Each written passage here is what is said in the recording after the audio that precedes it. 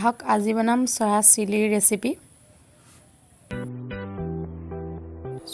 প্ৰথম এটা বাটিত সয়াবিন লৈছোঁ 200 গ্ৰাম মান আৰু উতলা গৰম পানীত দি দিছোঁ। কেৰাহীত উতলি থকা গৰম পানীত সয়াবিনখিনি দি তাত আধা চামুচমান নিমখ দিছোঁ, যাতে নিমখখিনি সয়াবিনৰ ভিতৰত সোমায়।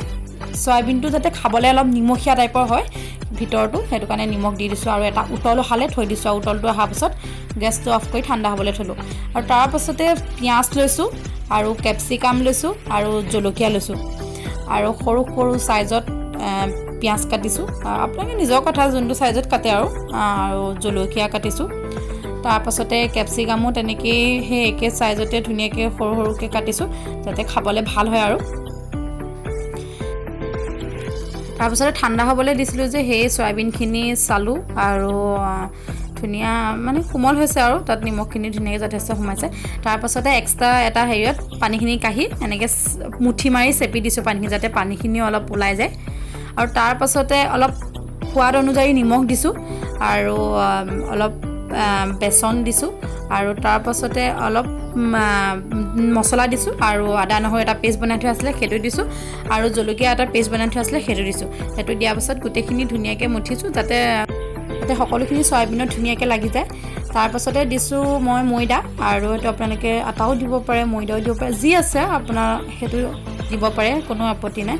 তাৰপাছতে সেইটো অনুযায়ী ধুনীয়াকৈ গোটেই সয়াবিনখিনিত ময়দাই দি পূৰা মুঠি পূৰা গৰম তেলত এটা দি চাইছোঁ ধুনীয়াকৈ তেলখিনি উতলিছে নে নাই। তাৰপাছতে যেতিয়া ধুনীয়াকৈ এটা উতল আহিছে, তাৰপাছতে গোটেইখিনি ফ্ৰাই কৰি দিছোঁ তাতে।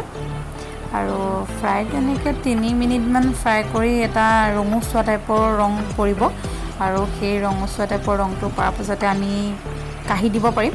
আৰু এনেকৈ অলপ ৰঙা নিচিনা পৰিছে আৰু তাৰপাছতে আমি কাঢ়ি দিছোঁ, যাতে ৰঙা ৰংটো যাতে ৰঙা পৰে। আৰু তাৰপাছতে কাঢ়ি পেলাই এখন কেৰাহীত অলপ তেল দিছোঁ আৰু সেই তেলত অলপ আদা নহৰু পেষ্ট দিছোঁ, তাৰ মছলা দিছোঁ আৰু সেইখিনি গোটেইখিনি লৰাই দিছোঁ। এটাই লৰাৰ পাছত তাত পিঁয়াজ দিছোঁ, য'ত কাটি থোৱা আছিলে পিঁয়াজ, সেই কাটি থোৱা পিঁয়াজখিনি দিছোঁ। তাৰপাছত আৰু কাটি থোৱা আছিলে জলকীয়া আৰু কেপচিকাম আৰু পিঁয়াজ গোটেইখিনি এক্সট্ৰাকৈ কাটি থোৱা আছিলে, সেইখিনি গোটেইখিনি দি পেলাই অকণমান লৰাই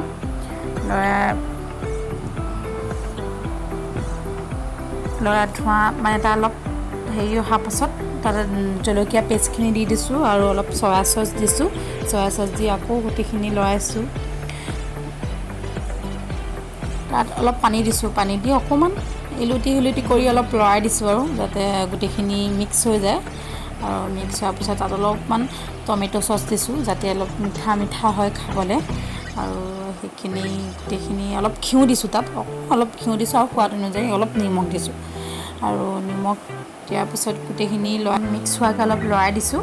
আৰু অলপ মই জলকীয়াটো বেছি খাওঁ কাৰণে জলকীয়াটো অলপ বেছি দিছোঁ আৰু অলপমান গাখীৰ দিছোঁ, বেছি নহয়, এচামুচমান গাখীৰ দিছোঁ, যাতে এটা গোন্ধ আহে। আৰু তাৰপাছত যোনখিনি ফ্ৰাই কৰি থৈছিলোঁ সেইখিনি চয়াবিন দি পেলাই গোটেইখিনি ধুনীয়াকৈ লৰাই দিছোঁ।